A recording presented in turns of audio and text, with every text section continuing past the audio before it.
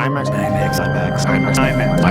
Magnify. This is the chart of the releases of movies that are shot using IMAX cameras. As you can see, the supply is very much scarce, and that's because there are only 12 IMAX cameras in the entire world. Therefore, filmmakers are in a constant competition for getting an IMAX camera for their movies. But the question is it actually worth it? Can IMAX actually bring more money to a movie?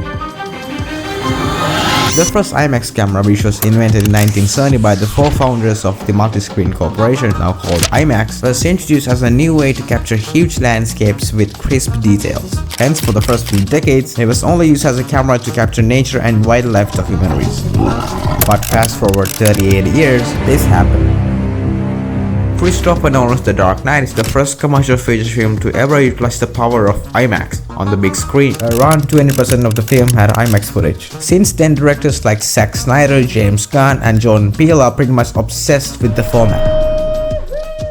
IMAX is 9 times larger than 35mm film, and therefore the negative being that much larger, you get much better resolution. That's David Keeley. He is the Chief Quality Officer at IMAX. His points are true and valid. IMAX is the best way to capture motion pictures, but all of that is only about the aesthetics and the immersion. Let's get to the big question, the money question. Okay, to find out if it's financially worth it or not, there are two things we need to look at. One, just to get some context on what we're dealing with, the actual cost of an IMAX. And two, the box office return of an IMAX film compared to other highest grossing movies. This is where we can find our final answer. So, how much is an IMAX? This is Barry. His real name is Ari Alexa Mini LF, but let's stick with Barry. He's a really good digital camera. He's compact, very easy to handle, super quiet, and have 0 to none maintenance costs. For those reasons, he's a very popular among filmmakers, and there are so many films that use him to shoot, including John Wick 4 and Dune. IMAX, on the other hand, is like the opposite. He's absolutely massive. You need Dwayne Johnson to handle him. He's extremely loud, and maintenance costs is like someone's wife. I shouldn't have said that. So how much is Barry?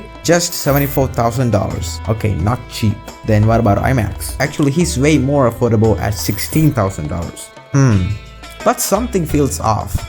Well, that's because I lied. 16 grand is just the rent you need for a single week. The IMAX camera used by Christopher Nolan is $2 million. And with extremely high maintenance costs, it's probably gonna be even higher. And now let's get to our second metric. I mean, at the end of the day, the high expense should reflect on the box office, right? So in this scatter chart, the x-axis shows the percentage of IMAX use of a film. If a movie doesn't use IMAX, the number will be 0. And the y-axis indicates the box office return. If IMAX means more money, we should be getting a chart that looks something like this. And speaking of money, subscribe to the channel. It's free, it's easy, plus you can watch way more high quality stuff like this. Yeah, why not?